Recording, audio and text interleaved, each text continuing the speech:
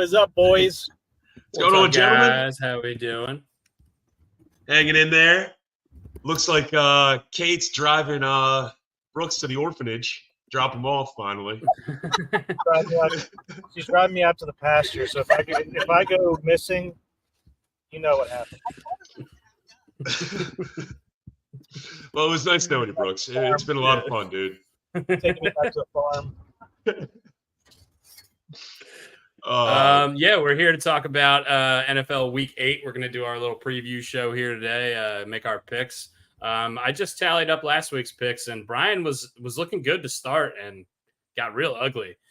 He lost all of the 4 o'clock games, all of the night games, went 4-11 on the week. Brooks went 9-6 with a strong showing. I had the best week at 10-5, so I really needed it. I was in the basement of our picks.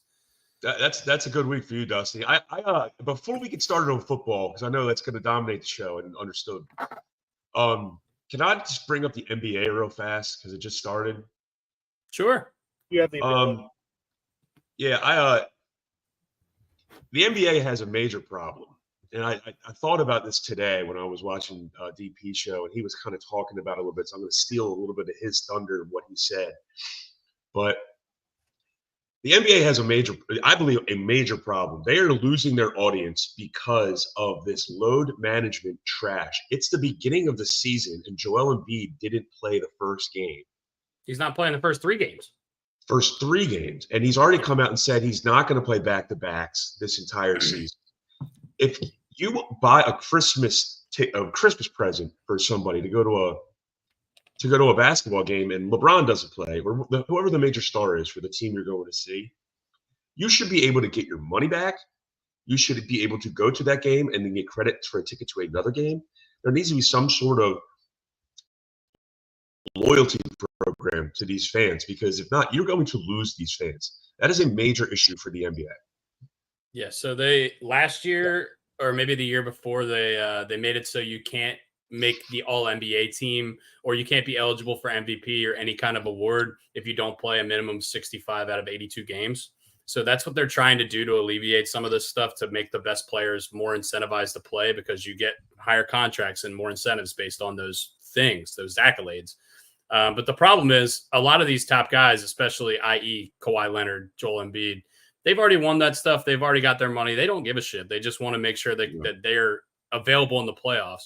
The biggest problem is that 82 games is just too many games.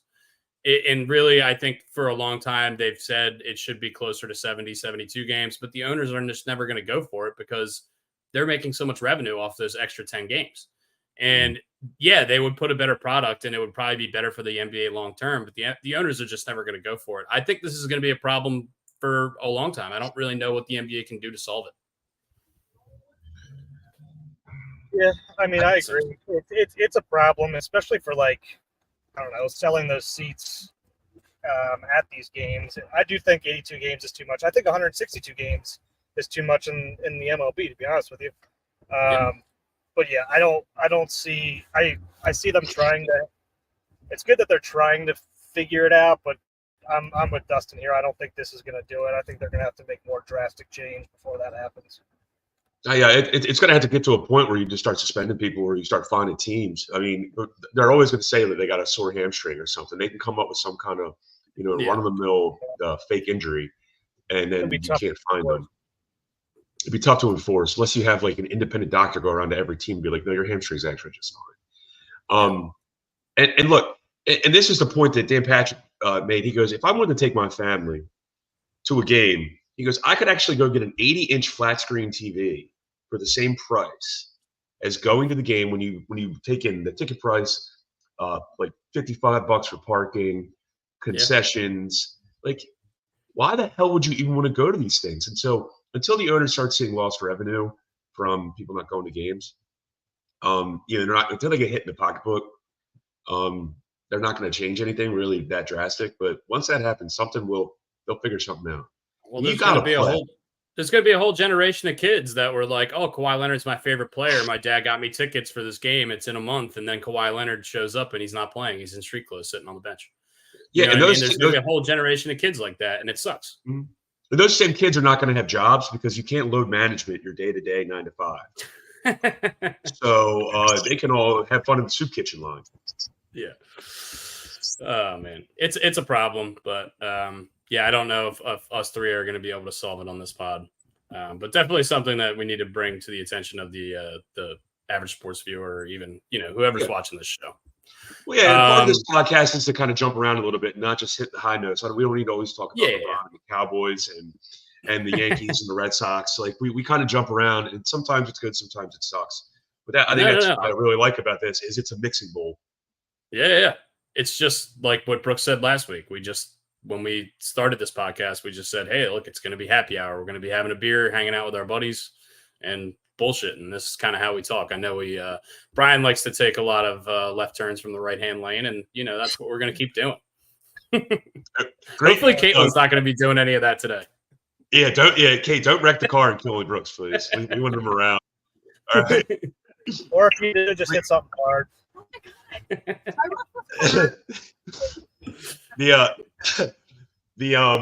The poll question today on Dan Patrick Show was who's going to be in the league longer from today, Bronny James or LeBron James? Who will play longer in the NBA from today moving forward?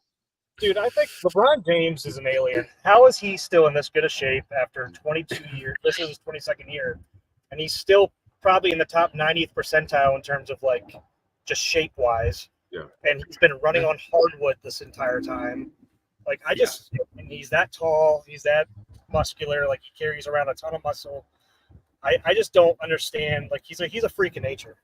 He's an absolute. He spends $1 million on his body every year in the offseason. Yeah, it's working. It works. Yeah. and look, I'm not one of those guys that swoons over LeBron and it's I don't understand why people hate him. Are you lost? No, you lost for a second, but you're good. You're back.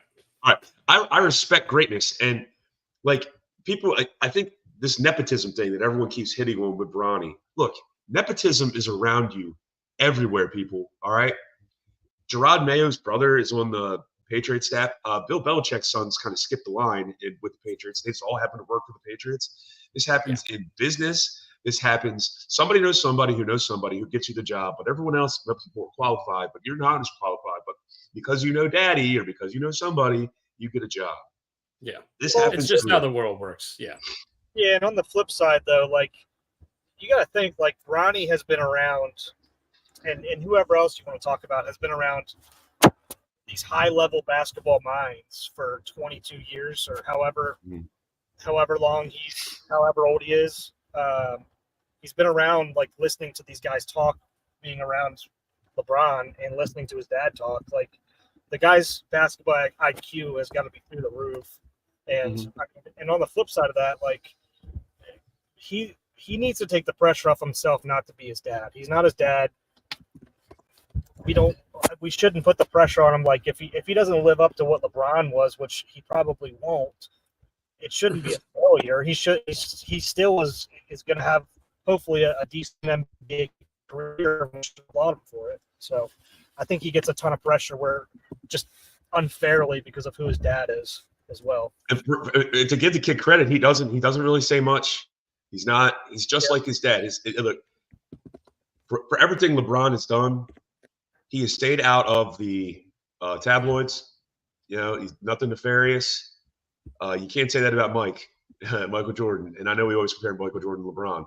I mean, look, apples to apples comparison. No one really was where were the people bitching when Kyle Shanahan got a job under Mike Shanahan? No one's bitching now. Yeah, it makes a lot of sense what you guys are saying. Look, I think it's obviously Bronny's not going to live up to LeBron James's standards. He's the most, other than Kareem, probably the best longevity-wise athlete the NBA has ever seen, and just an unbelievable specimen, easily one of the best handful of players in the history of basketball. So to have anybody looking up to those standards is just absolutely outrageous out the gates. So yeah. All right, football time. Yeah, football time. Let's transition into football. Week 8 slate. We have a game tonight, starting with the Vikings at the Rams. This line is weird. I know the Rams are getting Cooper Kupp back, but they've been pretty bad all year. They didn't even cover against the Raiders last week. And the Vikings have been one of the best teams in football all year long. They lost their first game last week, but it was a really close game against the Lions, who all of us agree that the Lions are probably one of the best 3 or 4 teams in the NFL. So this line being only 2.5 screams something weird is going on. Maybe it's just because it's Thursday night. Maybe it's because it's Cooper Kupp.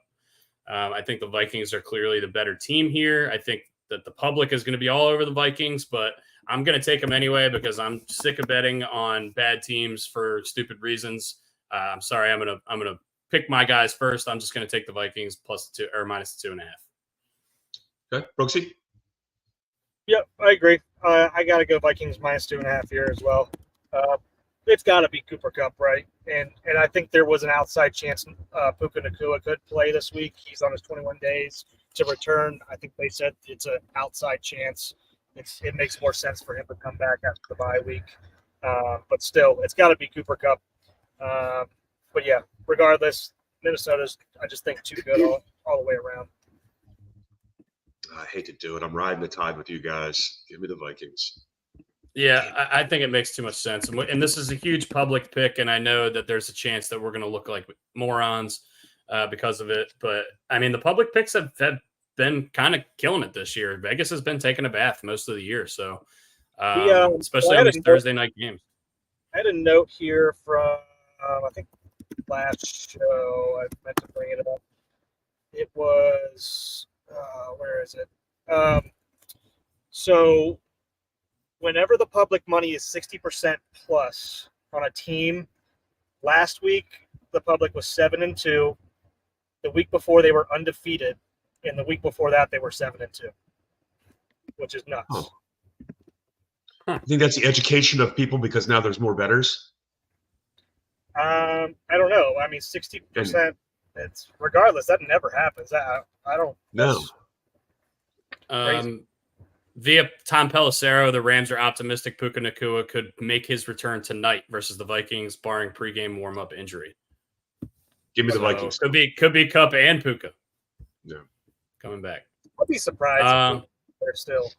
I don't think they'll push it. I think he'll come back next week. I know Cooper Kupp's definitely going to come back this week. But regardless, he's got to be limited. Yeah. Regardless, we're all riding the Vikes in the game tonight. Bet it at your own risk, but obviously that's where we're all leaning. The next game on the board is Titans at Lions. That's the first game we have for the Sunday morning slate, 1:00. Looks like the line is 11.5 and the over-under is 45. 11.5. Vegas is not playing around with this one. Brian, you start. That is scary as hell. Yeah. Will Levis stinks. The Titans stink. They just got rid of DeAndre Hopkins. A trade. Then they made a trade for a linebacker, which makes no sense whatsoever. Yeah. Shit. No, I gotta go. No, there's a dud. Every year there's a dud. One team has a dud. Give me the Titans. All right. Brooks? I gotta go blow my nose. Yeah. It is hard. It is hard to take 11.5. That's a lot of points. But I mean, we just saw them smoke somebody 2 weeks ago. I can't remember who it was. Yeah, I mean, give me Detroit. They should beat this team by 2 touchdowns pretty easily, I feel like. Yeah, I know Brian said Will Levis. I don't know if Will Levis is playing in this game. I don't think he played last week. I think it's Mason Rudolph who might somehow be worse. Either way, I don't really care if they split time or whatever. This Titans team is atrocious. They just traded away 2 of their best players, and I don't believe in them at all. Give me the Lions. I think they win this game handily. They did well better with 11.5. That's a huge number. It's a huge number for sure. For an NFL game, it's a huge number. I think the Lions win, but by 10. Yeah, guys are still playing for jobs. That's the one thing I always say is like when people think that teams are tanking. Now maybe by pulling a quarterback they're tanking, but these D linemen, those linebackers, they're still putting on a show for other teams to play for next year. So I just don't think the Titans lose by 11.5. And this could be a game where the Lions are winning by 17 the whole game, and then the Titans go down and score a bullshit touchdown at the end of the game and cover the spread. That happens quite a bit too. So, we've got two of us on the Lions. Brian's taking the Titans and the points. None of us love it, except for me. I kind of like the Lions there. Next game is our home team, the Baltimore Ravens, giving 8.5 in Cleveland against the Browns. This line opened up at 10.5, by the way. So I don't know what's going on. A lot of action coming in on Cleveland. I guess they like that Jameis-led Cleveland offense. Brooks, what do you got on this one? Let you go first, then Brian, then I'll go.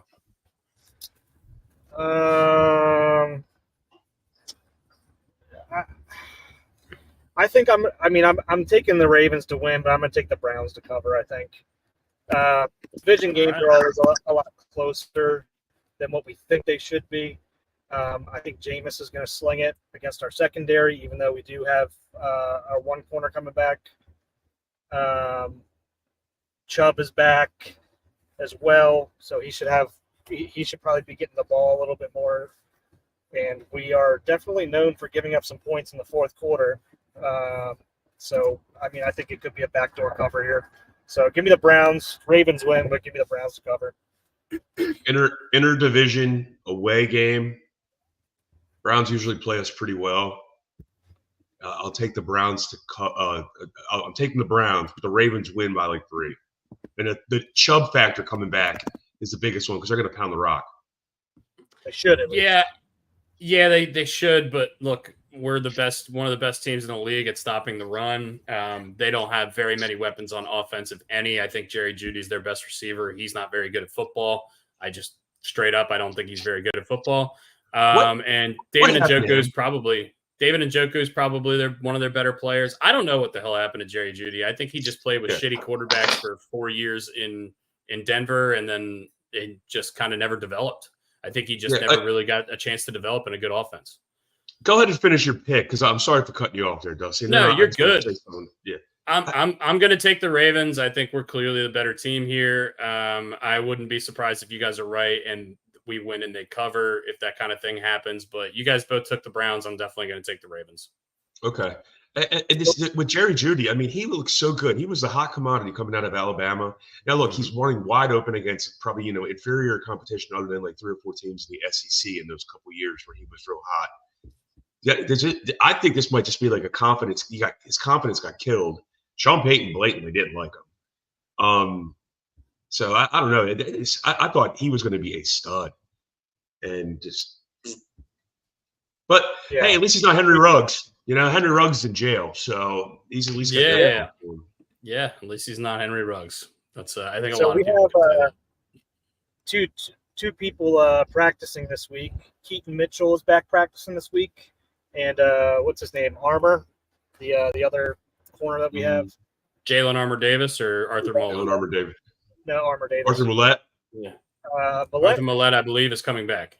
I think he is. Yeah, I think he's definitely set to come back. But Armour-Davis and Keaton Mitchell are practicing this week in a limited fashion. So we'll see if they actually come back this week. I could see them holding off another week, but they are back in practice this week. I can't believe I think Arthur Mollett is a linchpin of the Ravens. That is so. He had a lot of big plays last year, man. Dude. Yeah. He's a good player. Yeah. He's like Corey Ivy.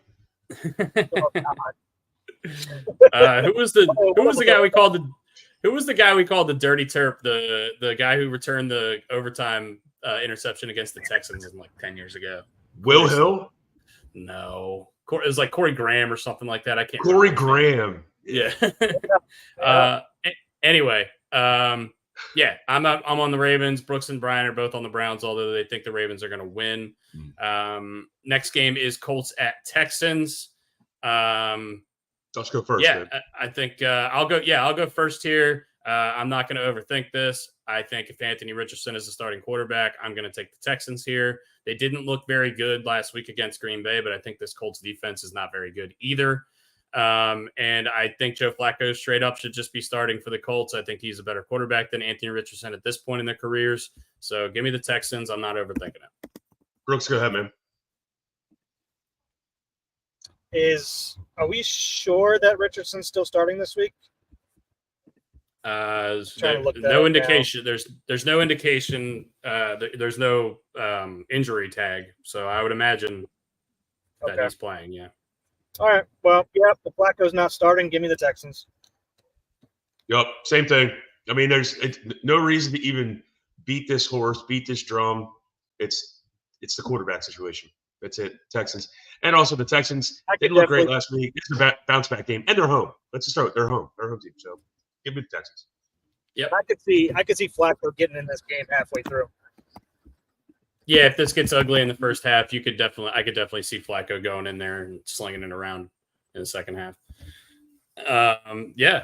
Nick Vogt says Anthony Richardson sucked at Florida and he sucks now. Yeah, that's you're not wrong about that.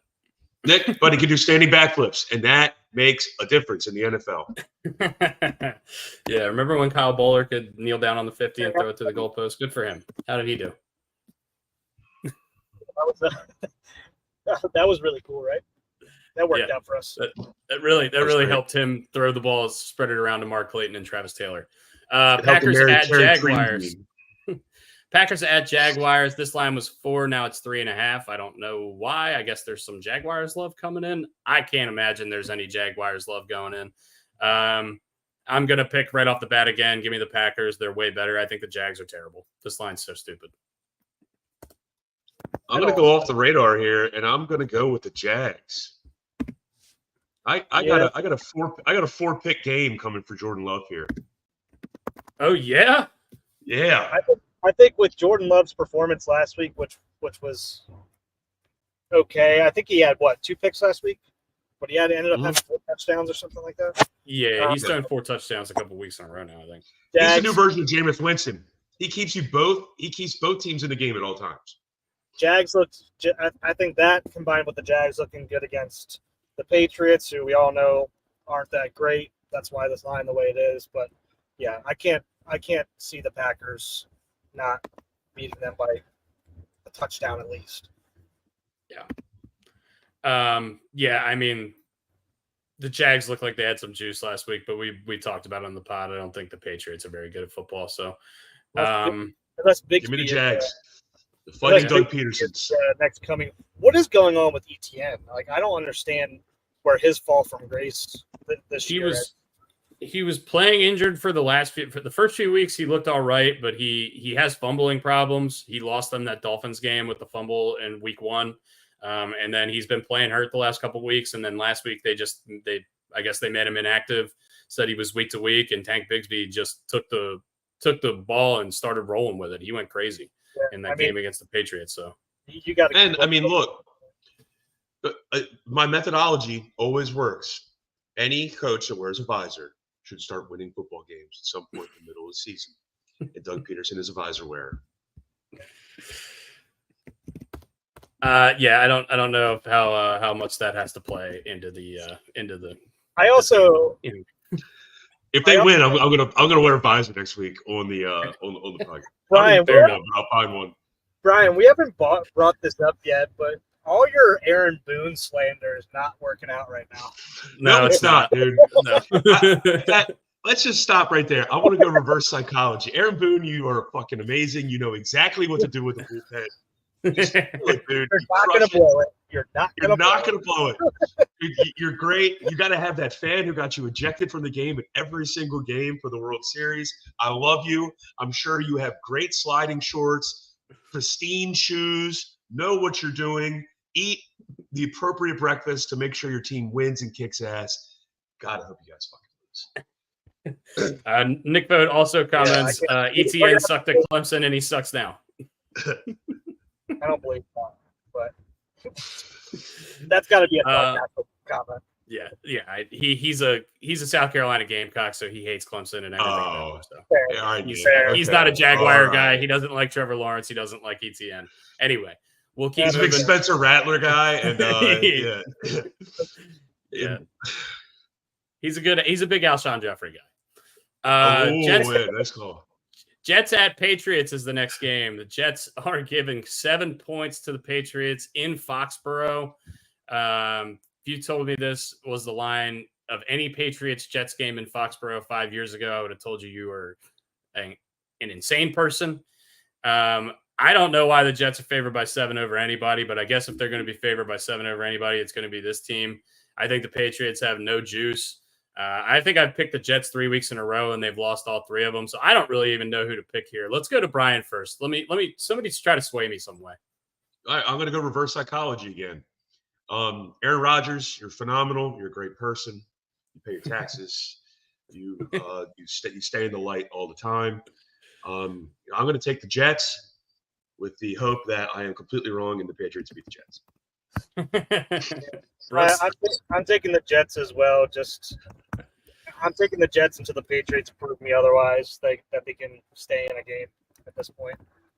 Also, I will say that Drake May does look pretty damn good, but give me the Jets and Tim and Devontae. I think Rodgers and Devontae continue to grow, get a feel for each other again. So I could see this being the game where they go off.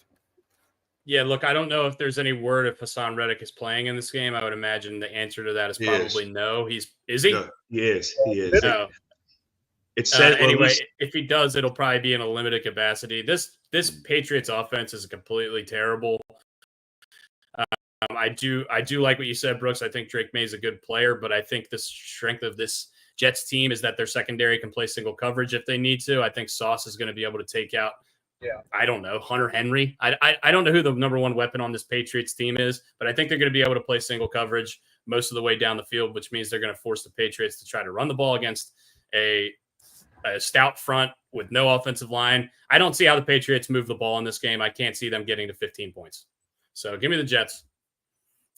That's just me betting on Aaron Rodgers scoring 3 touchdowns at this point. I would hammer the under on this one too. Yeah, it's 41. I don't know.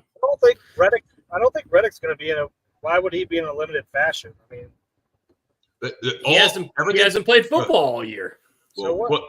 Not hurt. Everything they said was that he would be when he announced he was coming back, that he would not play in the first game, and that he would play in the second game. Well, unless that's changed over the course of the week. Yeah, because he announced the day before their game that he was coming back. So they were like, "Yeah, he's not going to play in this game." Yeah. But I think he's going to be full go. Yeah. I'm not going to be betting on that game with my own money, but for the purposes of the show, we had to pick. So let's go team play for the Jets there. Next game is Eagles at Bengals. This is actually an interesting game. Yeah. Both of these teams got off to pretty slow starts. Their quarterbacks have been completely different. Joe Burrow has been excellent, and Jalen Hurts has been really struggling. The Bengals defense has really been their downfall. They've been really bad. The Eagles offense has been kind of out of sorts, but looked good last week against the Giants. I don't know where to go with this game. So Brian, I'm going to go to you first again. Well, before we even do that, I'm going to go ahead and make a pick pretty quickly, but you think I have something against people named Aaron? Maybe. Aaron Boone, Aaron Rodgers. I just don't like either of them. You like Aaron Andrews? That's a different Aaron. That's E-R-I-N. Yeah. All right. Let's calm down there, guy. I actually think the Eagles are going to make some sort of turnaround here. I'm going to go against my normal methodology, which is when in doubt, take the home team. I'm actually going to go with the Eagles on this one, just because I also think that with all their receivers now back, they're actually going to be able to make some push. So I'm going to go with that, and they got Saquon. Yep. Yeah, Brooks. Give me the Eagles. Give me the Eagles. I actually cannot believe that they are they're plus points right on this game. So give me the Eagles.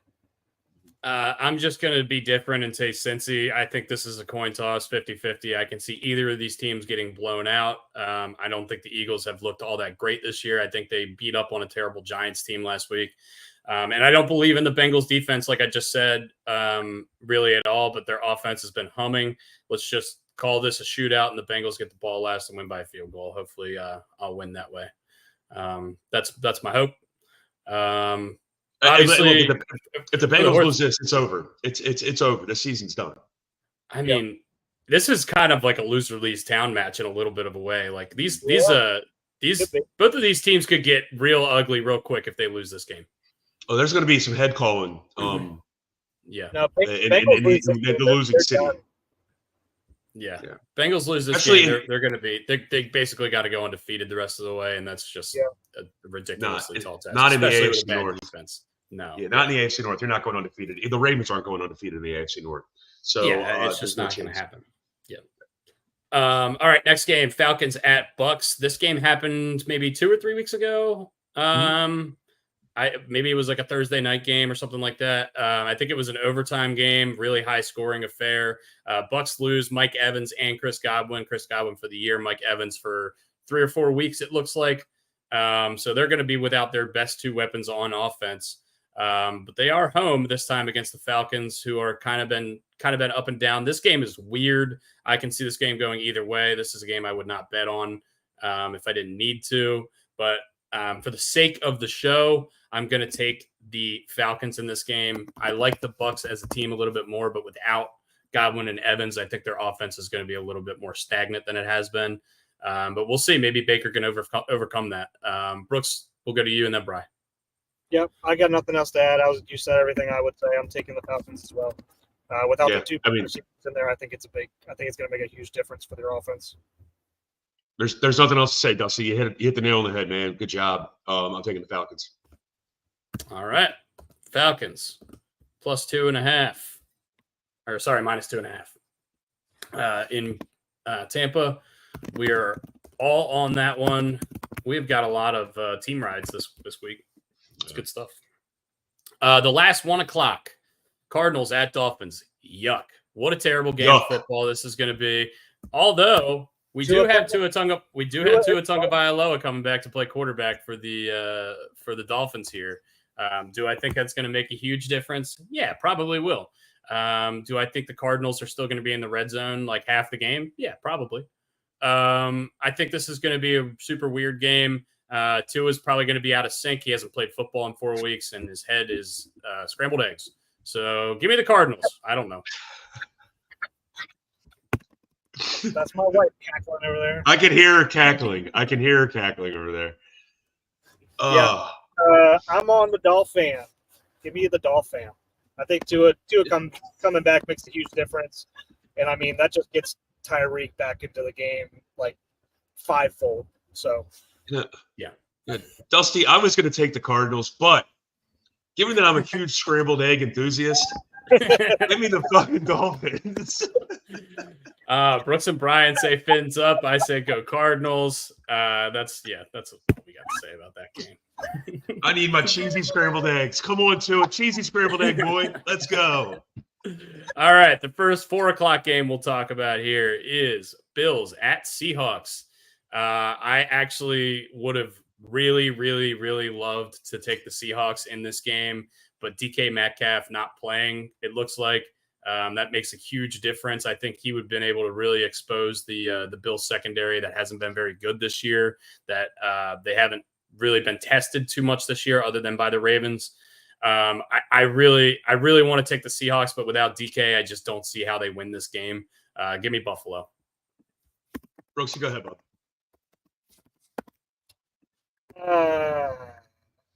Yeah, give me Buffalo as well. I just don't. I don't think the Seahawks have enough firepower. I don't want to be lame and keep doing team rides with you guys, but I got to go with the Bills. And I got a question for you, Dusty or Brooks. I haven't paid a lot of attention to the Seahawks.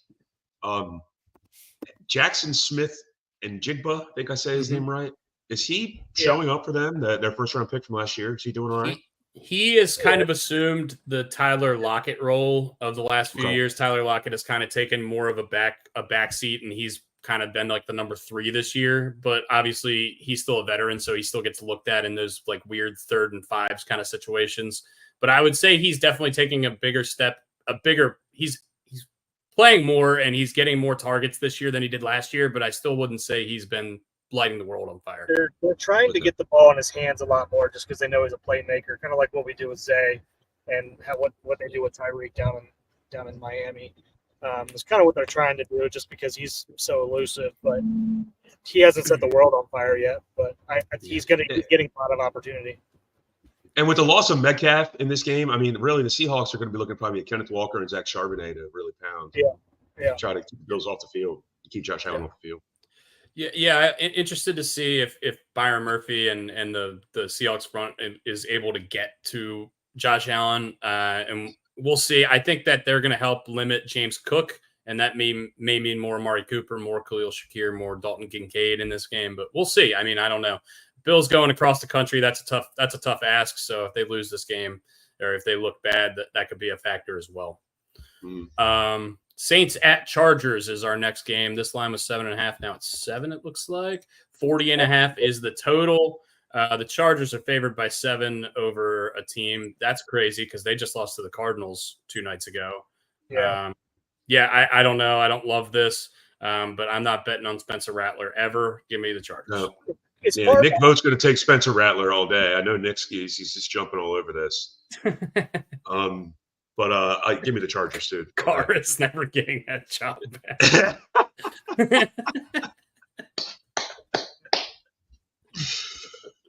What was the bold white-headed guy that like Connor Shaw, I think, that played for the Connor Shaw? Yeah, dude. Him and Marcus Lattimore used to run shit before Marcus Lattimore tore every ACL 65 times. Oh my God. Yeah, looks like anyway, Brooksy. Looks like Dennis Allen said he doesn't know if Derek Carr will be ready for Sunday, so still up in the air. Well, will be Spencer Rattler at quarterback. Yeah, I don't love that. Let me give me a bounce back game for the Chargers. That's another team ride. That is 4 or 5 of them so far. 5 team rides already. I'm gonna lose all of them. Yeah, that's not good. All right. Next game is Chiefs Raiders. This is another one of those 10-point lines where I just don't like 10 points, but it's the Chiefs and it's the Raiders. Thanks. I don't know. Yeah, good stuff going on. Brian, you talk. I'm in shambles right now. You're scrambled eggs right now, Huckleberry. All right. I'm going to go ahead and take the Chiefs in this one. I think the Raiders are a lame duck. I think Antonio Pierce has really bitten off more than he can chew. And I understand why he got the head coaching job, but it seems like a terrible move. Obviously, the Raiders have already made some selling. Their best player is Max Crosby, who seems like he needs to justify himself every single week on every single show that he goes on, including his own podcast, The Rush. Give me the Chiefs, and give me the Chiefs huge in this game. And we got to remember D-Hop's there now too. But yeah, this is a divisional game that I feel like even when the Raiders are dog shit, they always keep it close or beat the Chiefs. So yeah, give me the Raiders to cover. I can't believe I'm going with you here, Brooks, but I am.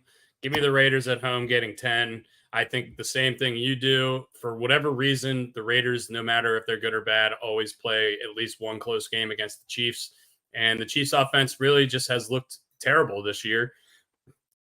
And I think Max Crosby is the kind of guy who can take over a game defensively. He can make one play, strip sack or something like that, keep him in this game, keep him close to the number. I don't think they're going to win. I don't think they're even close to as good of a team, but I got a feeling about this one. Go Raiders. Okay. I think the last 4 o'clock. No, we got 2 4 o'clocks left. Next 4 o'clock. Carolina Panthers at Denver Broncos. Ooh. Won't be watching a minute of this game. Ooh. Guarantee it. I will not watch a minute of this game. Andy Dalton got into a car accident.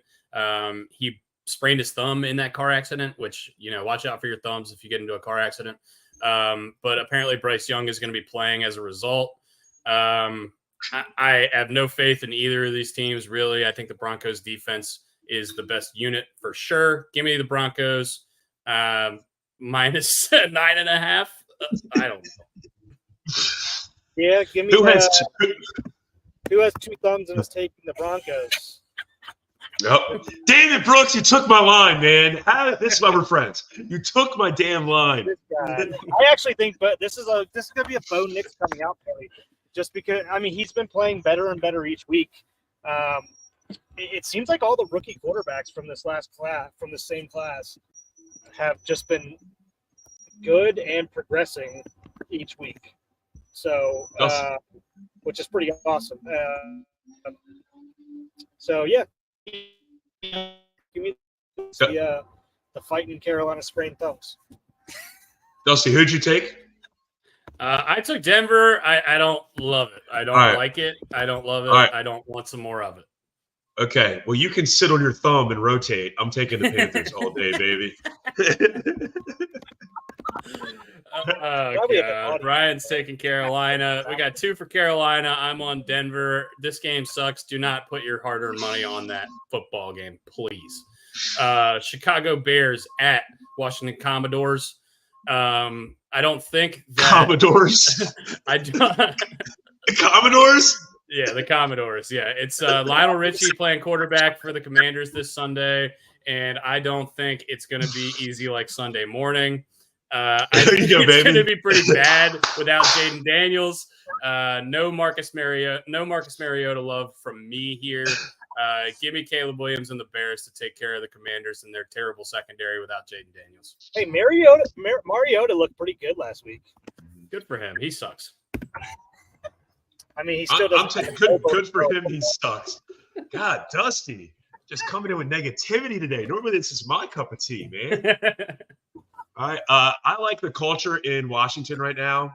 And kind of to Brooks' point, like even when Mariota came in, they didn't miss a beat. Not saying that Mariota should be the starter by any stretch of the imagination.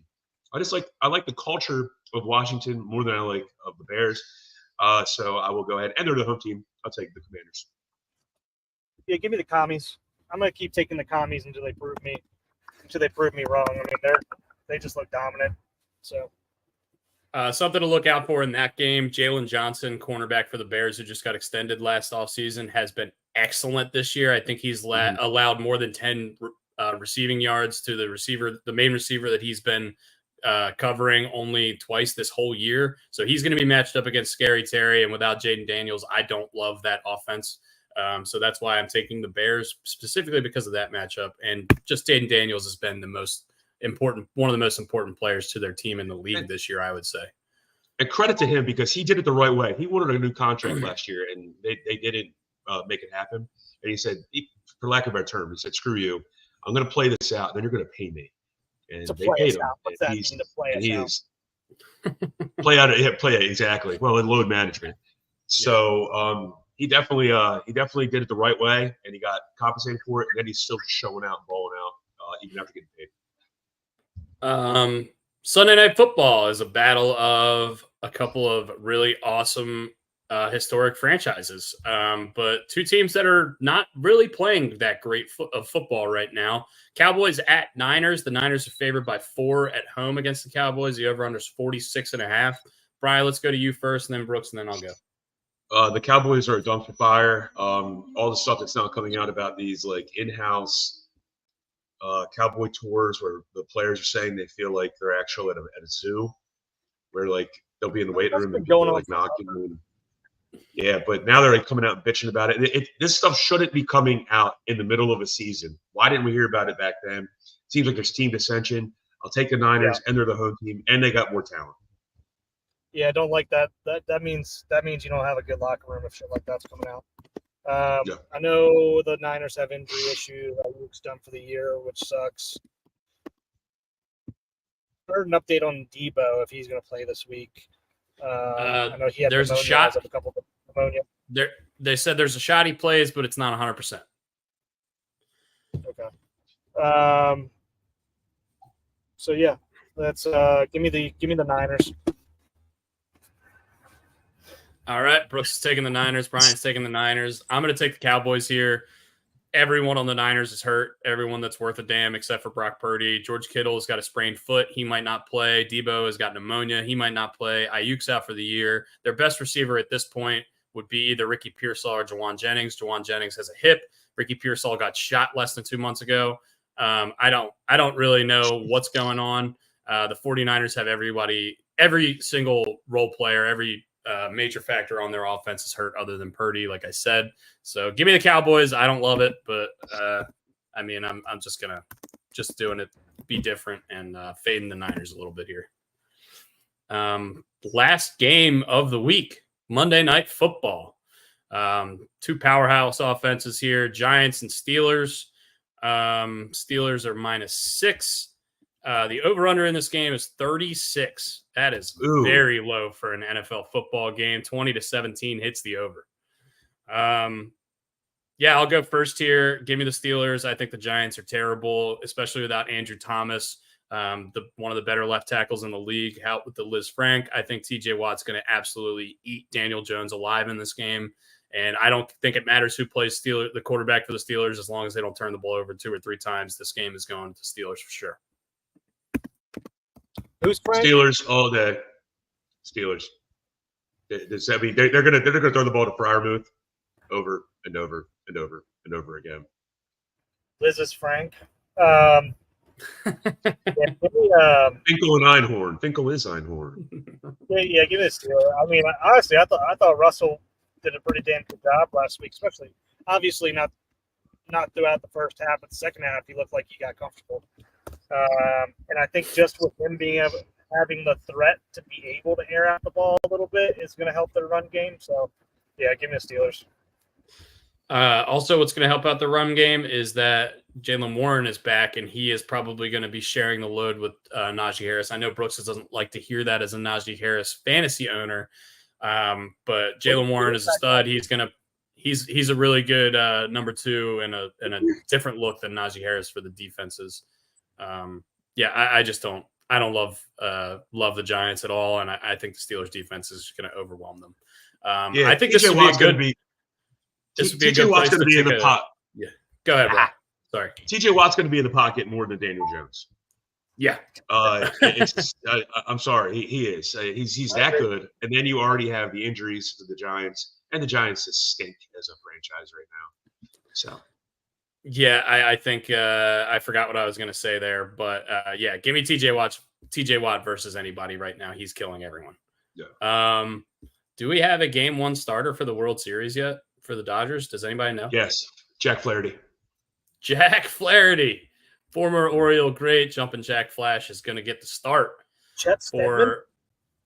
They should bring back Chet Steadman, the Rocket, or like Brad Penny or Chad Billingsley or Hideo Nomo or something. They should get somebody from the early 2000s to start this game for them.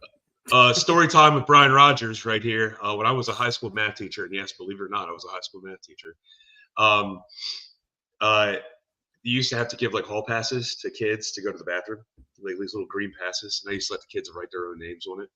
One time, the kid, but the teacher had to sign it. So like the kid fills it out, brings it up to me, I sign it, and he can go out and be in the hallway to go to the bathroom. One kid signed to Chet Steadman. He put his name as Chet Steadman. One kid put Lenny Briscoe from Law and Order. I was like, this is amazing. Perfect. Yeah, that's great. I would have never gotten Lenny Briscoe from Law and Order. I would have never put those two things together in my head. No shot.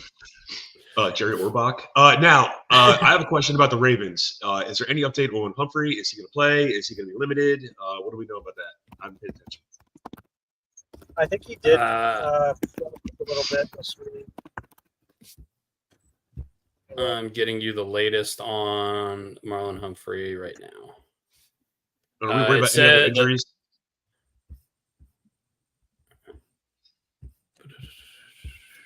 For the Ravens, no, not really. To be honest with you, knock on wood, they've been pretty healthy this year so far. Marlon Humphrey via Ian Rappaport did not suffer a major knee injury last week. He's walking around with little discomfort. Humphrey's status is up in the air for this week, and time will tell how quickly he can recover, but it shouldn't be too long. So I would assume he might miss this week and maybe one more, but then he'll be back. I guess it sounds like he's about week to week. So, which is, I would say, a win based on how it looked initially. Yeah, we got a bunch of team plays this week. I don't really love the slate, but I think the games are going to be a little bit more competitive than they were last week. I thought last week's slate was not excellent. Is there anything in particular you guys are looking for this weekend? Any players you're looking to see if they play well or play terribly? You think if the Packers just go into Jacksonville and kick the shit out of them, Doug Peterson's probably out, I would imagine. Eagles-Bengals is another one where either of those teams lose that game, it could get really ugly with their fan bases and their coaching situations really quickly, I think. We're getting without looking at teams' buys, and having that information handy. This is a part of the season where if your team is struggling and you're now near the trade deadline where you might become sellers and you have a buy, it's a perfect time to let go of your coach, bring in someone else to kind of change the culture over that 2-week period. So you can start seeing some heads roll based on what occurs this week.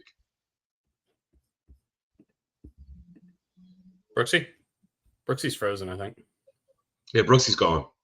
Yeah. Okay, fair enough. We can wrap it up anyway. Yeah, it's not a great slate of games this week, the period. But I mean, it's still football. I'm still going to enjoy it. I want to see the Ravens continue to roll. I want to see the Commanders continue to roll, even with Jalen Daniels probably not playing. So I think it's going to be a good time regardless. Yeah, a lot of divisional matchups here this week too, with Chiefs Raiders. You've got Falcons Bucks. You've got Jets Pats. You've got Ravens Browns. So a lot of the divisional matchups are starting here, which is always good to see. That means we're getting into the meat of the NFL season. I can't believe it's week 8 already. It does not feel that way. Absolutely crazy. But yeah, what do you guys think about DeAndre Hopkins and what impact he's going to have on the Chiefs? Just because we didn't get to talk about that happened after our podcast yesterday, right? Brooks, go ahead. Yeah, it happened yesterday.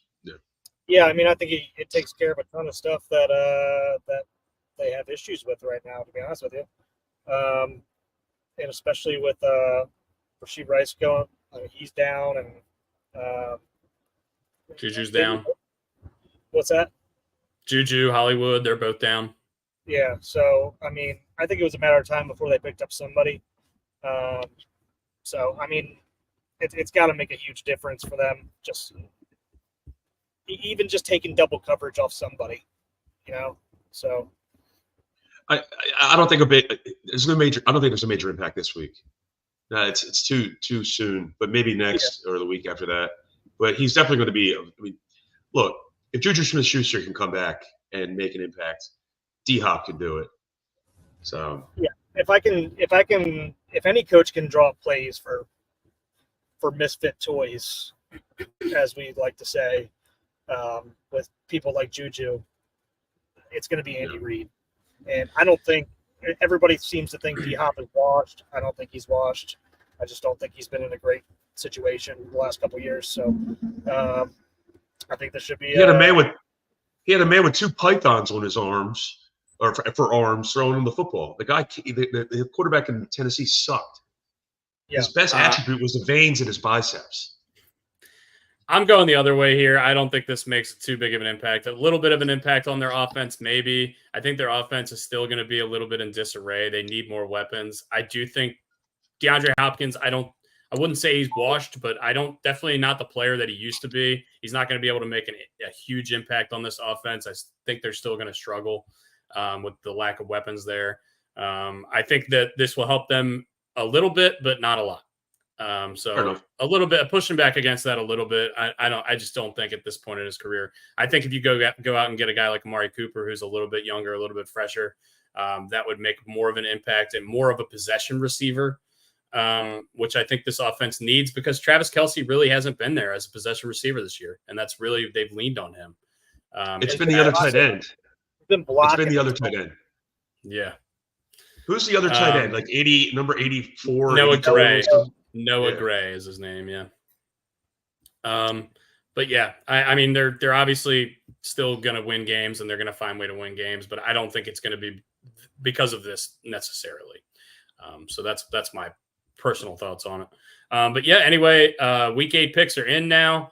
Last week's scores updated again: 4-11 for Brian, 9-6 for Brooks, and 10-5 for me. Had to say that again because I won finally.